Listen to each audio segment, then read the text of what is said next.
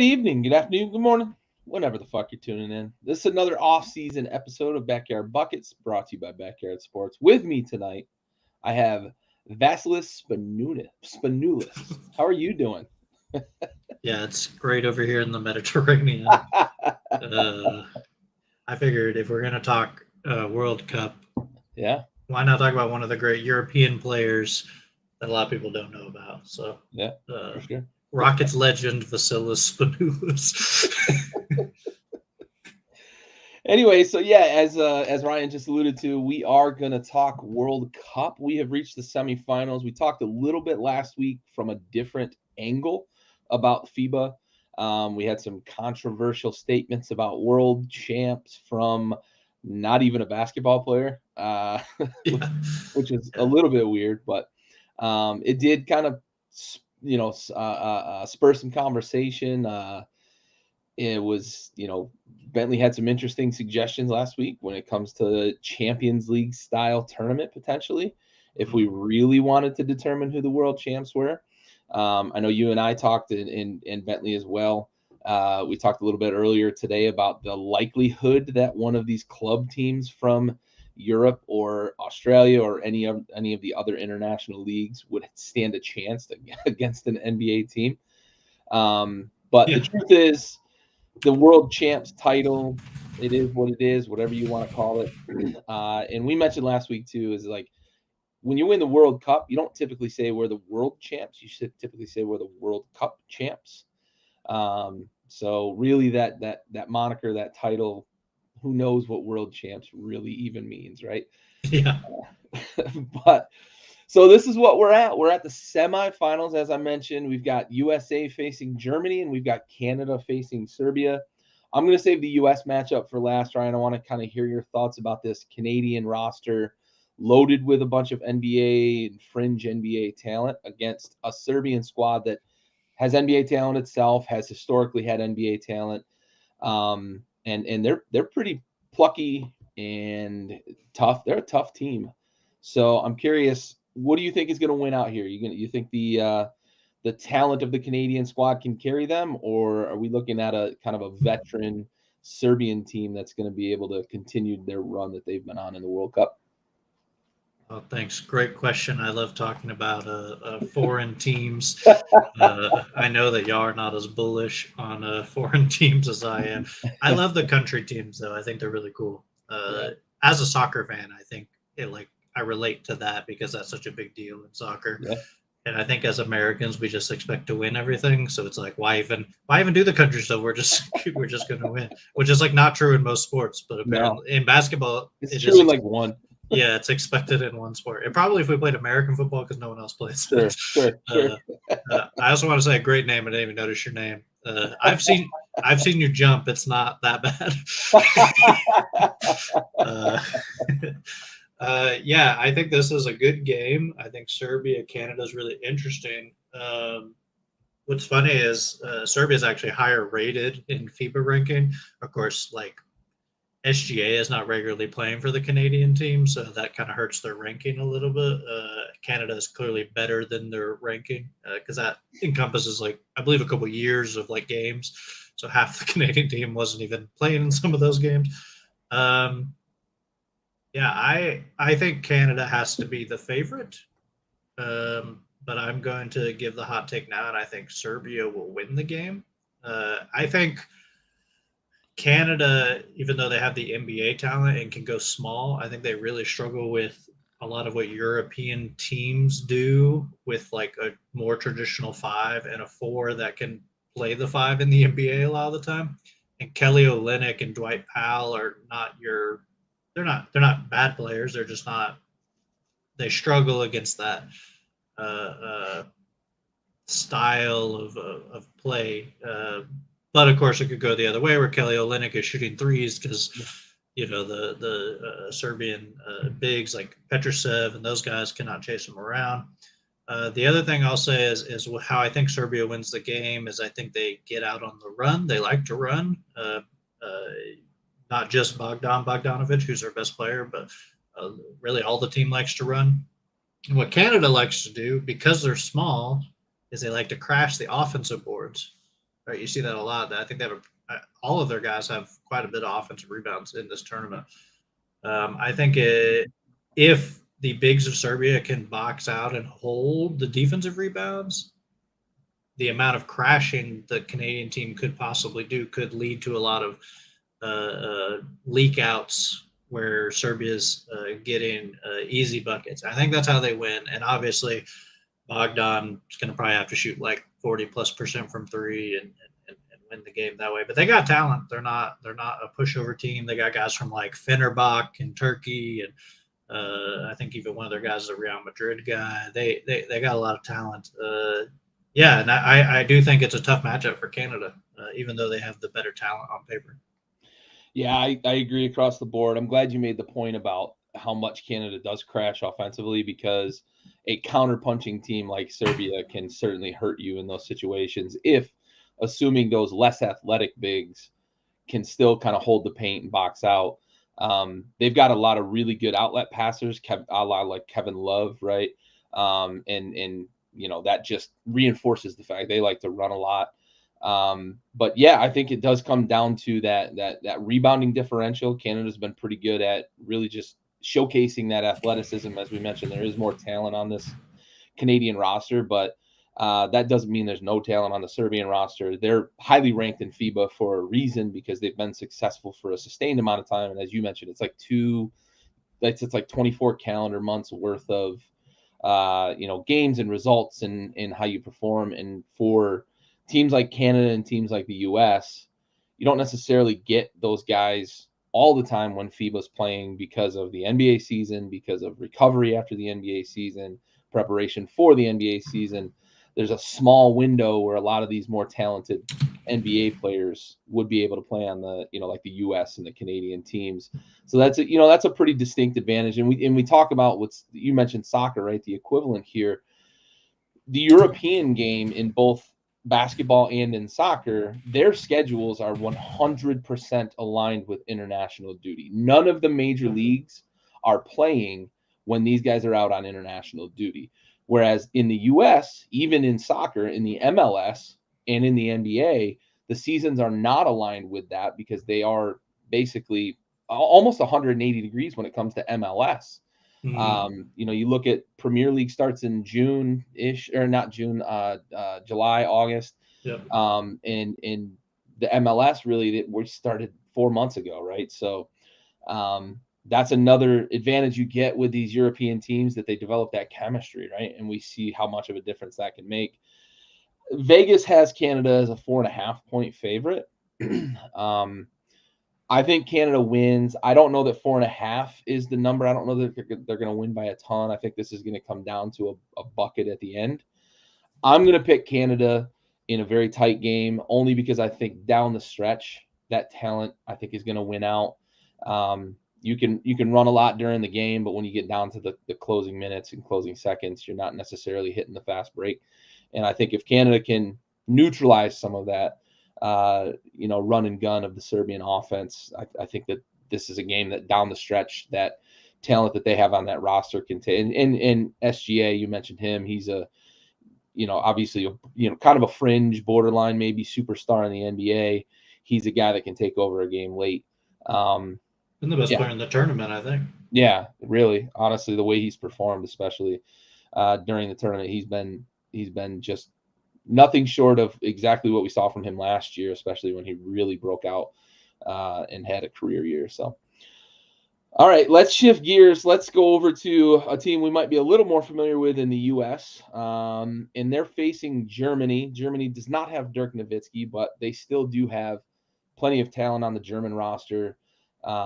They've got some shooters. They've got some big guys that can rebound. They've got big guys that can shoot, which can be a real neutralizing factor when you're trying to set up a defense. And I think that's where we, right, at the United States, we've struggled so far in this tournament with offensive bigs. And you and I talked about it when we struggled with Lithuania and actually lost that game. They have offensive bigs, and they gave us fits. Jaren Jackson Jr. is our only real defensive threat when it comes to bigs. And if you can get him away from the bucket and force him to kind of face that or defend a face-up offensive big, he struggles, you know, Yep. and we struggle as a team defensively. And Lithuania shot 70% in the first half of that game. They were 100% from the 3-point line because they had basically just gotten unbelievably open looks the entire first half. They shot lights out. But you know, that may feel like an anomaly, but this German team can fucking shoot. They can play. They've got some guys that can score on the perimeter as well, and they've got bigs that can face you up. Curious to hear your thoughts on this game. Where you lean in this way? Yeah, I agree that Germany has a lot of size that could give some trouble. I think Daniel Tice and Mo Wagner are pretty formidable. I mean, Mo Wagner is not a defensive big. Daniel Tice is like the exact opposite of Mo Wagner, where he's a little smaller, but he's a much more defensive minded player. Mo Wagner, not a super well known defensive big, but has the size, right? He's going to rebound. He's also going to stretch the floor enough on the offensive end to cause some problems, I think. Yeah, I mean that's the recipe to beat America, right? Is to out rebound them, is to shoot the lights out of the ball, and not have to play the running game with the better athletes that America has. Mm-hmm. Germany has a ton of size, even in the backcourt and on the wing. Franz Wagner hasn't played most of the tournament, mostly coach's decision. I don't know if he's just like managing him and they're like, we don't need you until we play America kind of thing. I think he's only played 2 games. You know, him and Mo's been playing all the games, so covering down for the Wagner family. But keeping the family name going. Yeah, Franz Wagner is legit. He's got a lot of size at the 3. You can play him at the 4. Some teams even have said playing him at the 2 because of his ball handling ability. You got a 6'8" guy, Isaac Bonga, a guy who's kind of been a journeyman off the end of the bench in the NBA. He's a 6'7" guard / small forward as well. You know, really outside of Schroeder, who's, you know, pretty small, but he's a normal sized point guard. They're pretty big, and Schroeder is not. You know, if you remember him in the Atlanta Hawks days, he was an offensive stud. They were terrible, but he had to take a million shots. But I mean, Germany is very similar, right? Yeah. So if the U.S. has a bad game or a down game, even just like slightly below average, yeah, this Germany team could beat them. There's no doubt about that. I think this is a pretty tough matchup. I still think the U.S. is probably an easy favorite. They've got talent all over the board, but we know 10.5. Yeah, and we know the recipe, right? Like to beat them. So Germany's going to focus on that, right? It's like, hey, we're going to out rebound, we're going to make it physical, we're going to hit enough shots to win the game, right? And that's fine.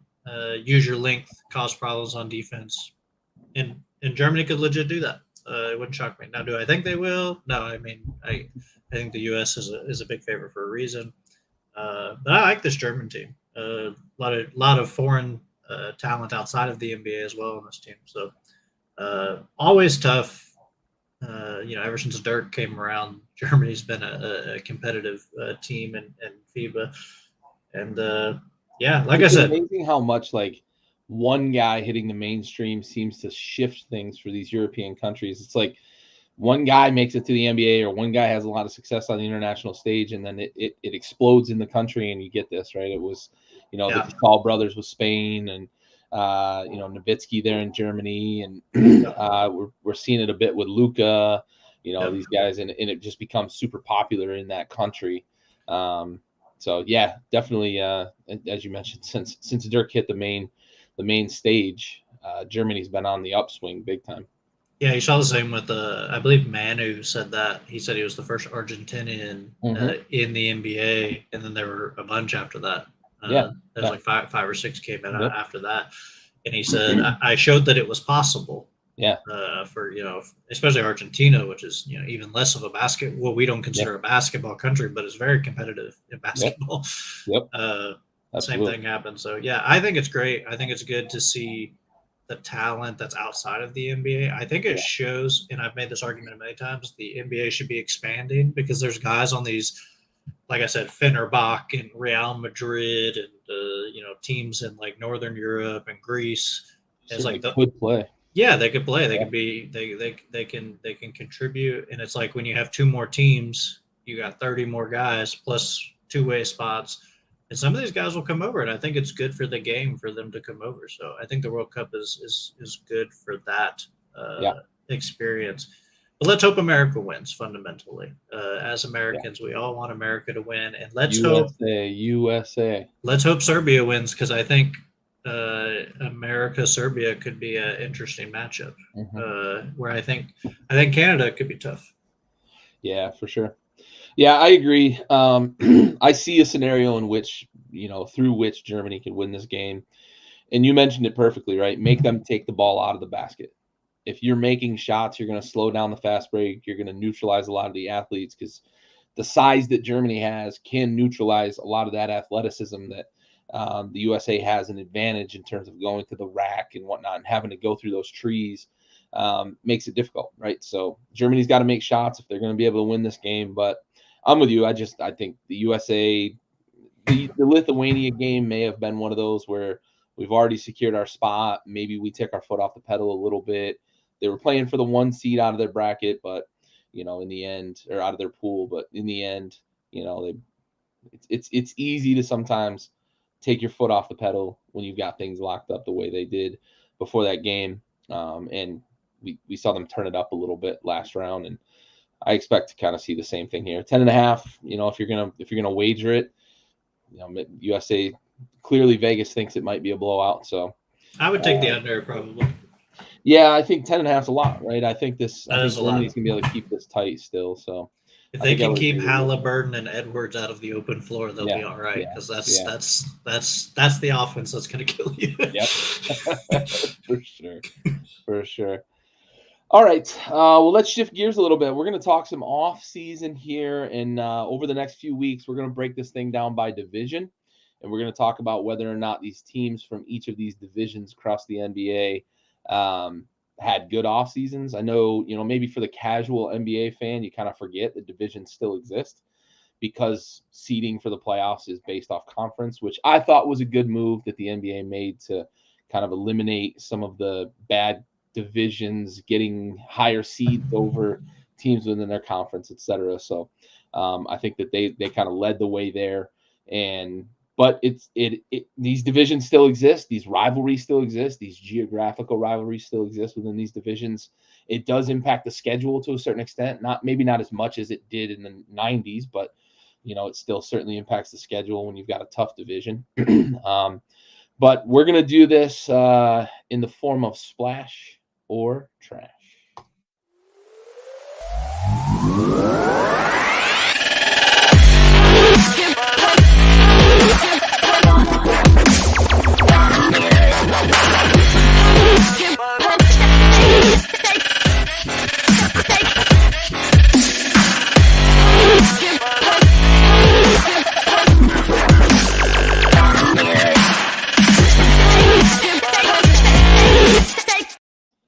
So I'm going to apologize to Spurs and Pelicans fans right off the bat. You're not last because I think you're the worst team in the league. You're last because it was in alphabetical order based on the division. So I think they're the worst teams in the league. So that's fine. I'll take that. Let's start right out the gate here with splash of trash, Ryan. The Dallas Mavericks had a good off season.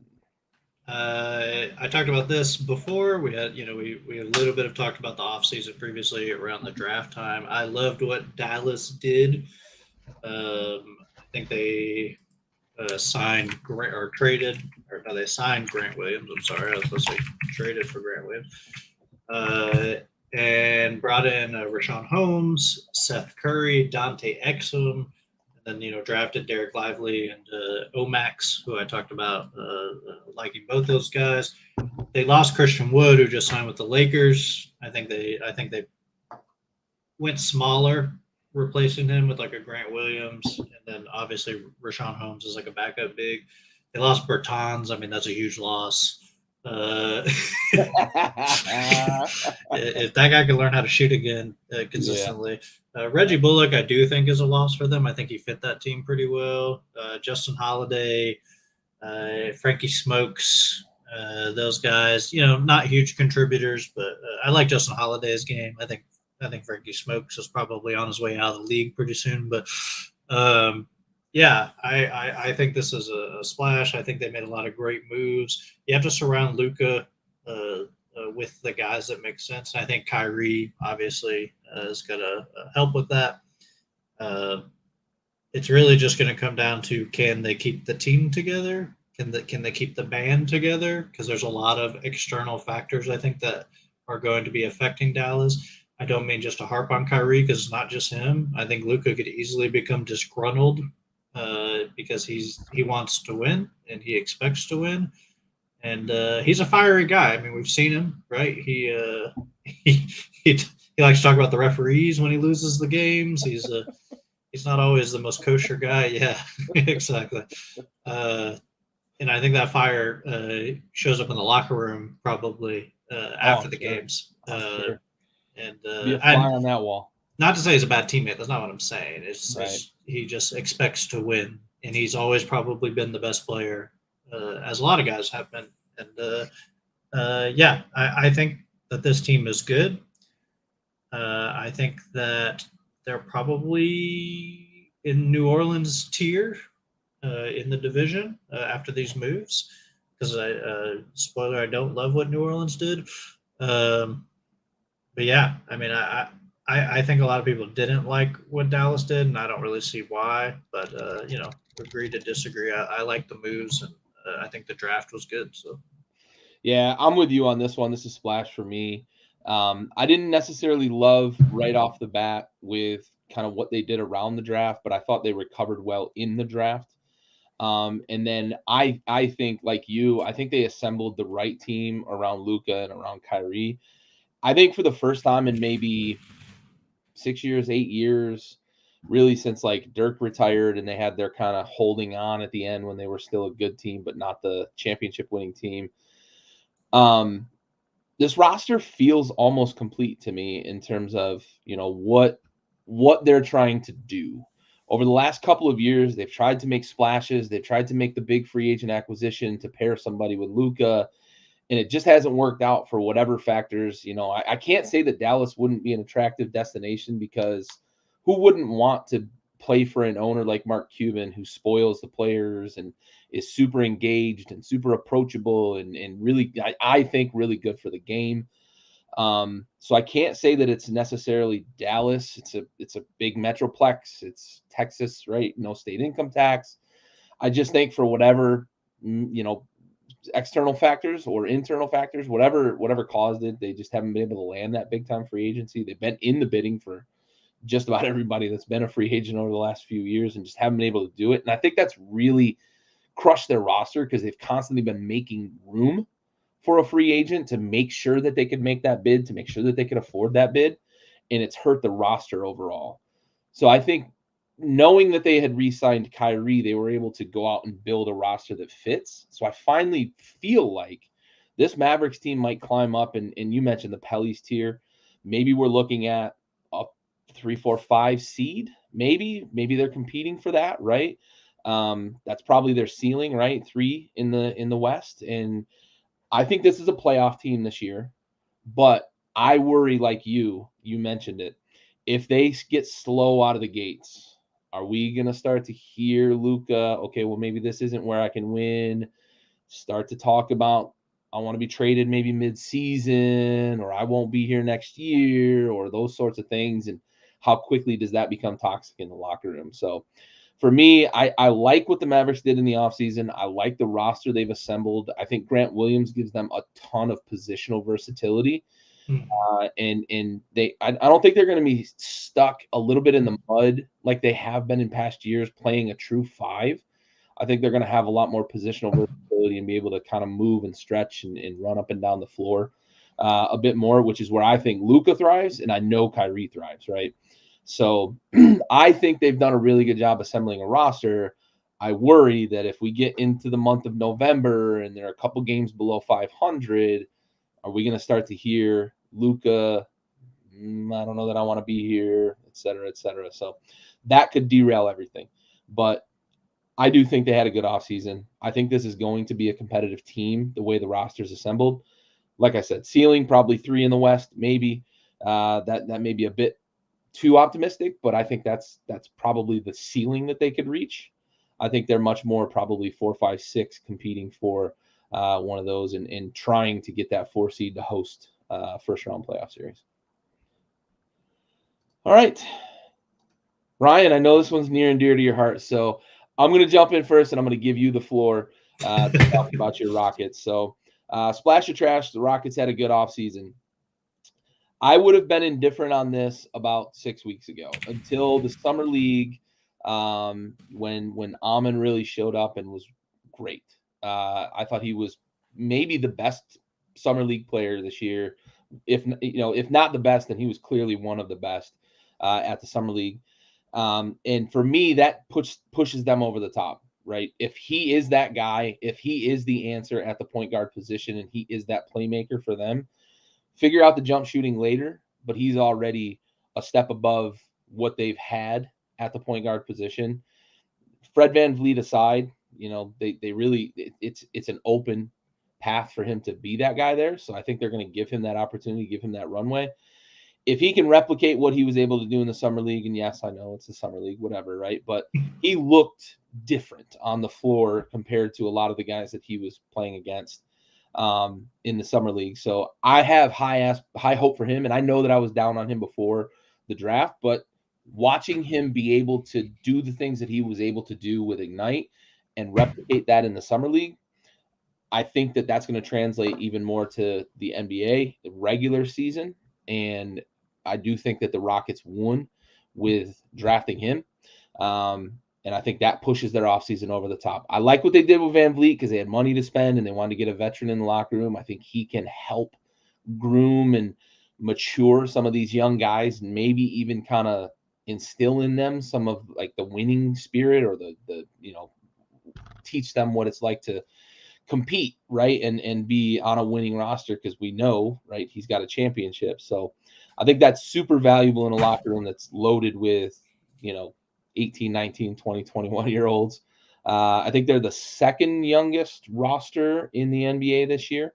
So that to me, I think even if VanVleet is like 2 years and we're going to trade him for some assets, then I think it's still super valuable for a roster that's this young to have that mentorship, to have that in a locker room, and the draft assets. I mostly talked about Amon, but they killed it in the draft. The fact that they were able to get a top probably 10, top 5 talent as late as they did with Whitmore, man, that's a huge win. He looked the part in the summer league as well. So I think that this offseason could be kind of the stepping stone for the Rockets to say, okay, now we're building something. We're not just throwing shit at the wall anymore and trying to figure out who's going to stick. Now we're building something. Now we can round this roster out. What are your thoughts on the Rockets offseason? Well, I try to look at this objectively as possible as a diehard fan. Take the rose-colored glasses off that are Rockets red colored, not Rockets red, right? rose. I went back and forth about, is this the binary of splash or trash? Which one is it? Because I think it's multi-layered, which obviously this doesn't allow for, and I'm a guy that loves nuance and loves to talk about every single random detail that is usually irrelevant in the grand scheme of things. I'm going to say splash, but barely. And I think the draft, like you said, puts them over the top. I think they had a really good draft. I think they increase the variability in a positive way with their future with that draft. I think there's always a concern in the draft that you don't do that you just kind of sit still. And I think they added potential that's very high and took some risk. And I think that's good because the team's not ready to win. What I will say about the VanVleet and the Dylan Brooks and Jeff Green and Jock Landale. Yeah, you're absolutely right. I left out like 3 other vets that they went and got too. But Oh yeah, Van it's a Vliet was lot. kind of the big signing of the offseason. Yeah. Aaron Holiday. Yeah. I mean, Yep. there's like what that does, and this, my opinion on this is, it creates a structure, a foundation to allow organic growth to happen among the rest of the roster. Right? It does. The intent is not to impede the rest of the roster. If you notice, most of those positions are needs. Right? It's not like Yeah. Van Vliet is coming and like crushing a guy's playing time. Yeah, Yep. he's going to hurt Kevin Porter Jr. a little bit, but like Kevin Porter Jr. is probably going to be like the sixth man. Yeah. Like that might be his actual role in the Right. NBA. That might be a great role for him. Yeah, he probably will love that because he'll have the ball in his hands and get to do his own thing, right? Jalen Green, there was no one really that was brought in that's going to get in his way. Dylan Brooks going to play the three primarily. Some people would argue that Tari Eason might be getting locked up, but I think again Tari Eason's a great energy guy at this point in his career. He's great off the bench. He came off the bench in college because he likes coming off the bench. So it's like, oh well, we'll sign a guy to start then. Right. So I really like it. The only thing that pulled me down is the price they paid, but they had to spend the money, right? And that's the hard part. Dylan Brooks is looking like a legit guy with Canada right now.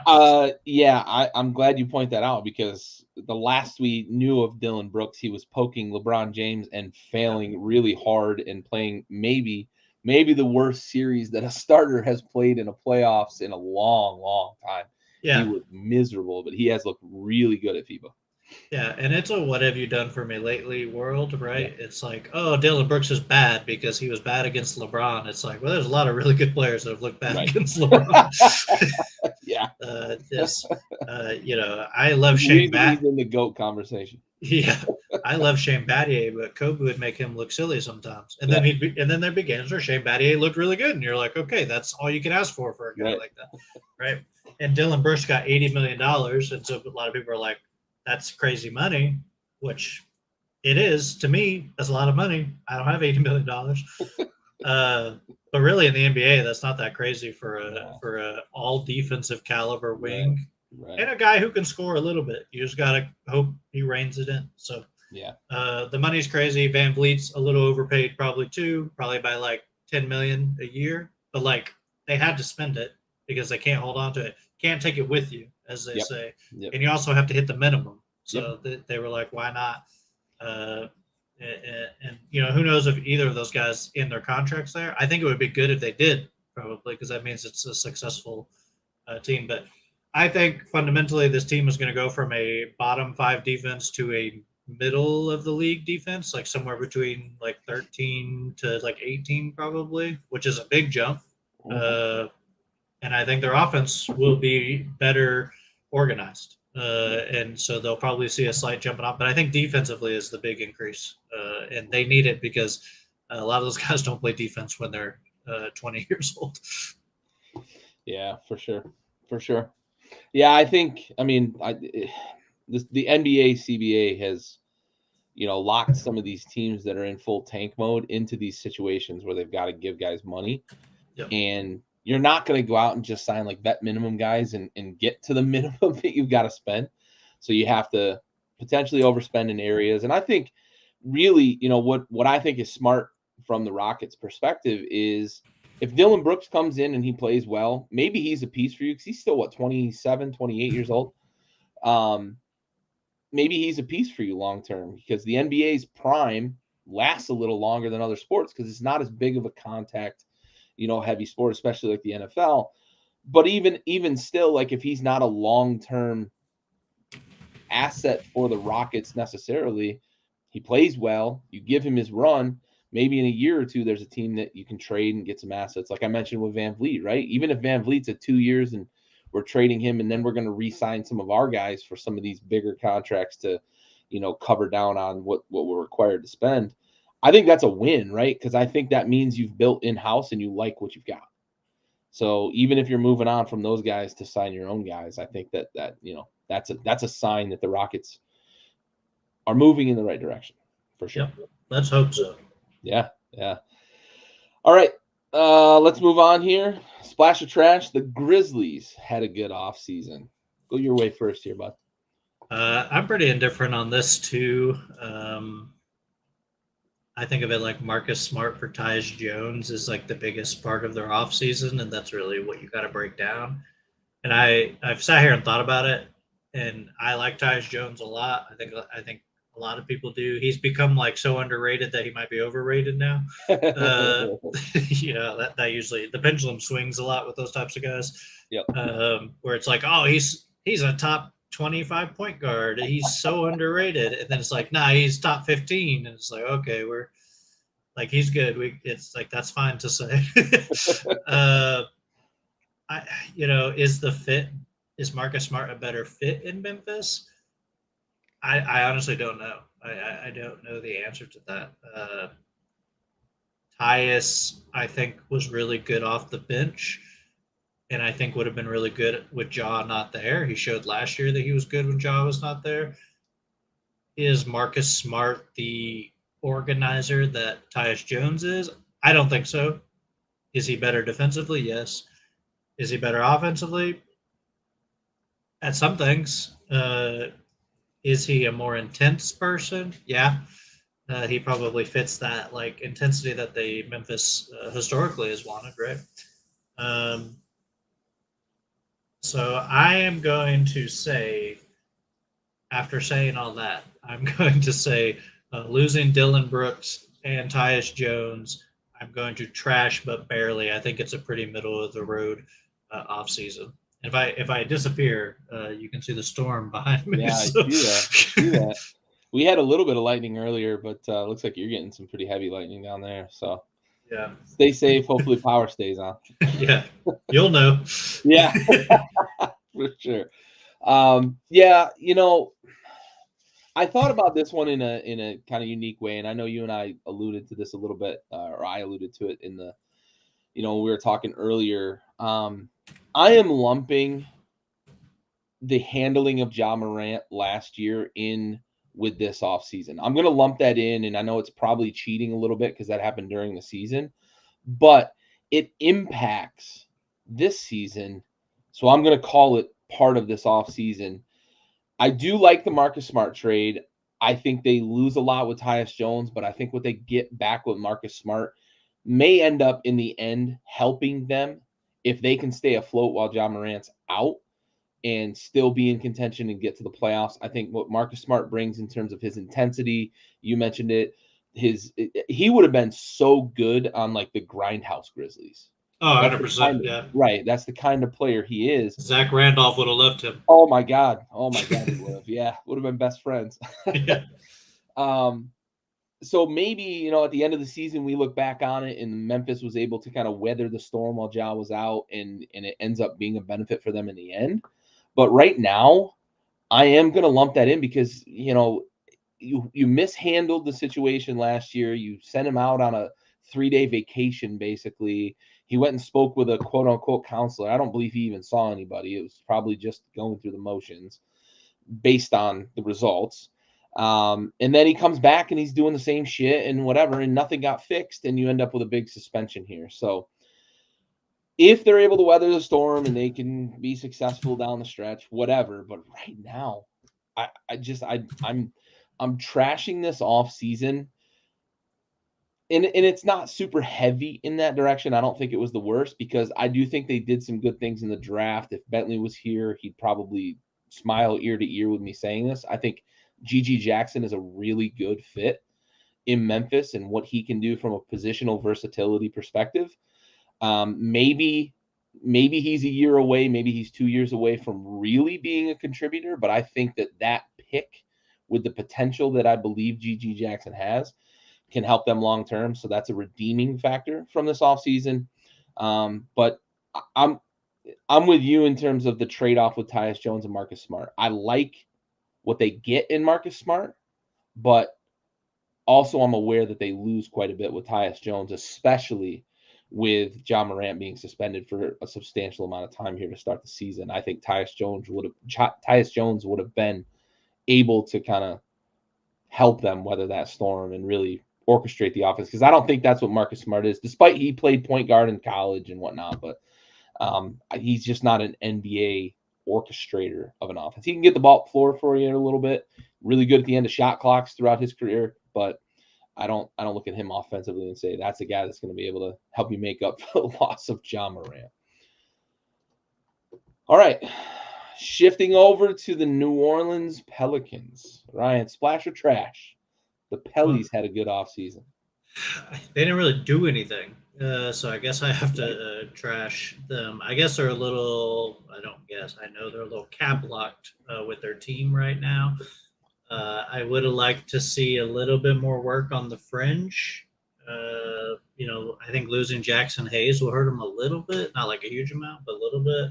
They did bring in Cody Zeller, The vice principal. Yeah, who this pod loves and some of our friends love.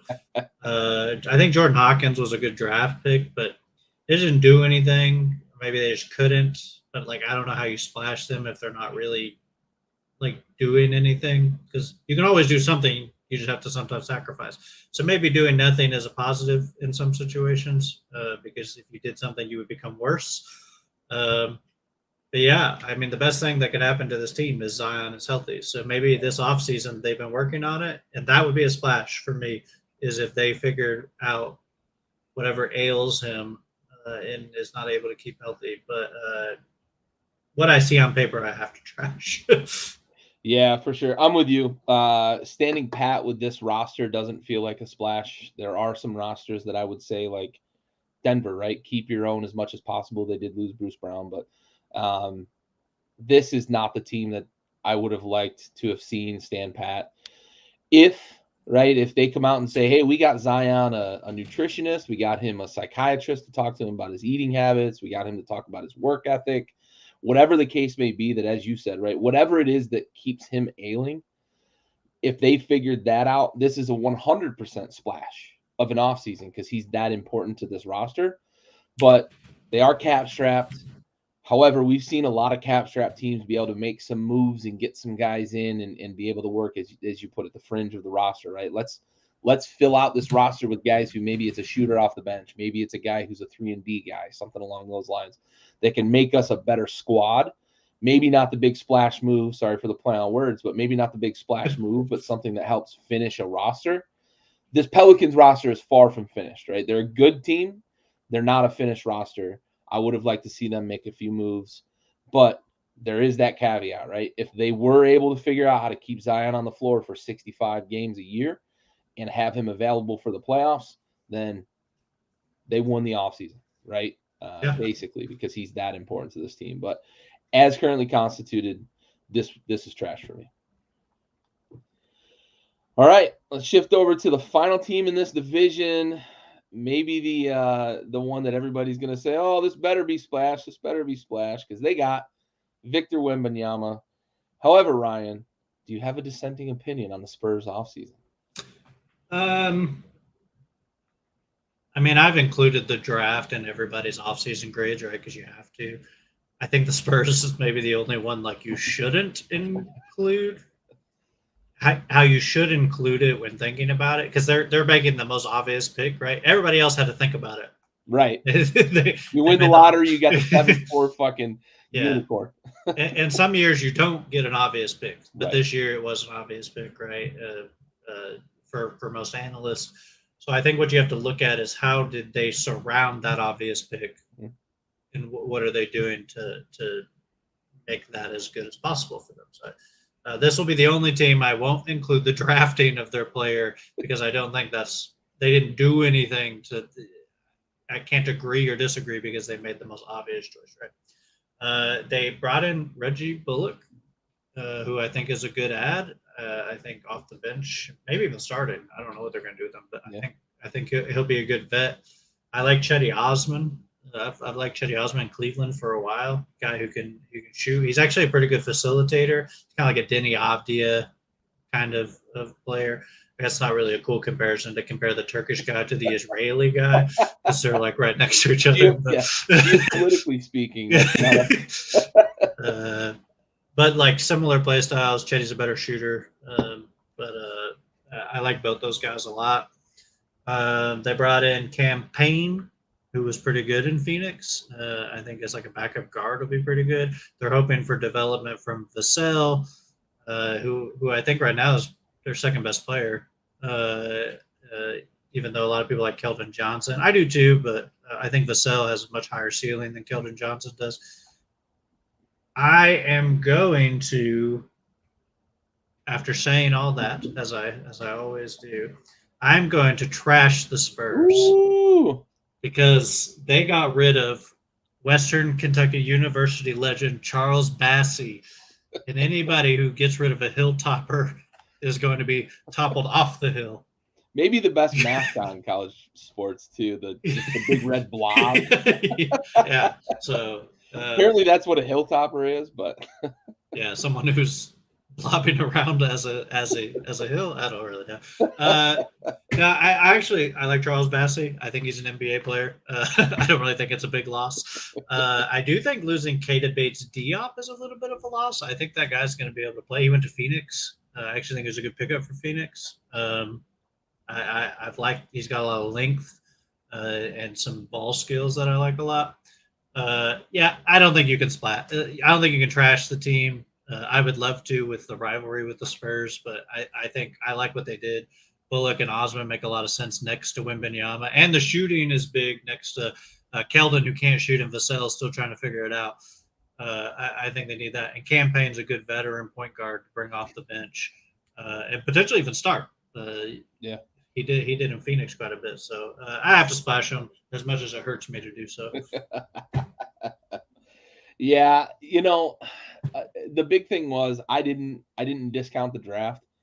So for the Spurs, I think the easy answer is splash because they got Vic, who is the most hyped probably prospect we've seen since LeBron, despite some guys like Wiggins coming out with a ton of hype as well. But I think what's interesting about Vic when it comes to the American crowd is we only really saw him kind of down the stretch before the draft. It was all these highlights that everybody wanted to show and all that. So we don't necessarily see the European game all the time unless you really are a diehard and you're finding the niche channels that have some of these international games, or at least keeping up with the interwebs when it comes to these European squads. But I like the acquisitions they made. Campaign, I think, can be a difference maker for this team early because he has NBA experience, because he has experience with a winning franchise despite not winning a title. The Suns have won a lot of games over the last few years. And at times, Campaign, you mentioned the starting, but at times, like, he can kind of take over a game when he gets really into like the zone, right? For lack of a better cliche. There was a playoff game, I think it was against the Warriors, where he was like 6 for 7 from 3 at one point in the game, and he was really impacting the game.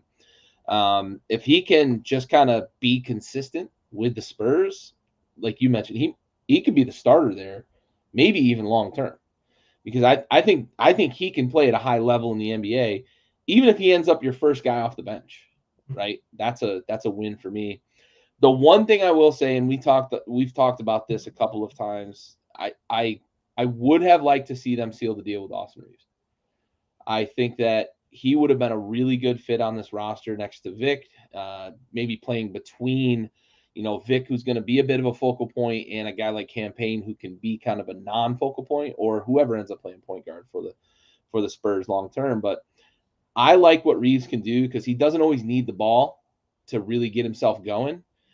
Once he gets the ball in his hands, it seems like he's kind of an automatic guy, always ready to go.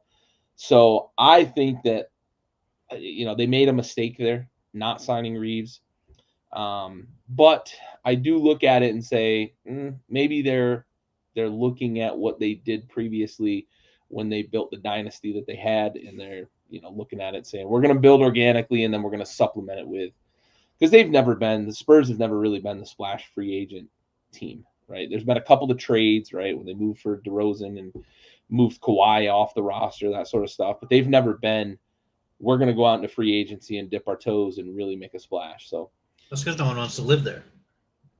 what's that? That's because no one wants to live there. I will say I like San Antonio. I grew up 3 hours away from San Antonio. It's actually it's a fine city. The Riverwalk. But Charles Barkley's always going pretty hard at I know. it. So I think a lot of people. I love this roster. I'm looking at this roster now. This roster is super young. I think they're going to be fun. I think it's going to be fun to see them develop with the Rockets, like almost in tandem with like their age. Yeah. Because they're very similar in age. Their best players are like all 23 and under. Yeah. And then like a few vets. I really like the team a lot. I think they got guys. Some of my favorite names: Sandro Mamukelashvili. Love that guy. Great name. So yeah, I'm excited to see. Not all these guys are going to hit, but like they've created a situation similar to the Rockets that a lot of these will hit more than likely. Like you're gonna hit, even if 50% of them hit, you're feeling pretty good, and you've already got the foundation. So I think it's hard not to splash. Lots of guys on here that I could see having legit NBA careers. So yeah, for sure. All right, well, that brings us to the conclusion of our episode. You have any closing thoughts for us on the way out the door? Yeah, I got the Lions straight up tonight. Not the spread, straight up taking the money line. I like it. You're getting some good juice on that money line too. The number only moved to 4 after Kelsey was announced. Yeah, I would have taken them with Kelsey. I would take it. Ooh, yep, that's spicy. That's spicy. I like it. I took the Chiefs in our Pick'em league. so do with that information what you will. No, I think Amon-Ra St. Brown goes crazy tonight. I think they're going to put no pressure on Jared Goff. And yeah, I think missing Chris Jones is a big deal for them. Yeah, they're like, I think without Chris Jones, they're like 28th in pressure. Without him, and they're like 4th with him. It's like a massive difference. And it's not like they have a good defensive backfield either that can make up for that pressure rate difference. They've always been a pressure team that's relied on that. Yep. So I'm gonna take. It's gonna be a 60-point game. 60 points will be scored. So you're taking the over and the Lions money line. Yeah, because the line is 52.5. Yep, I'm taking. 50. I know because I just wagered over on 52.5 earlier. I'm gonna say the score is 58-2. That's really spicy. How much? What's the odds on that? Yeah, right. Jared Goff kneels in the end zone to end the game. Yeah, he gets the safety and makes it 58-2. No, I like Detroit. I think they have a legit chance to win the NFC this year. Yeah, they're building something good there, man. And they were about a year, maybe 2 years ahead of schedule last year. Yeah. With how close they were to making a playoff run. They certainly are building something there. And I really like Dan Campbell. He's fun. Yeah. Yeah. Good team. Maybe one day I'll be on the NFL show. Hey, you're welcome to join, man. You're welcome to join. All right. Thanks. All right, bud. Appreciate you. Appreciate anybody tuning in. For Ryan, this has been another Backyard Buckets brought to you by Backyard Sports. We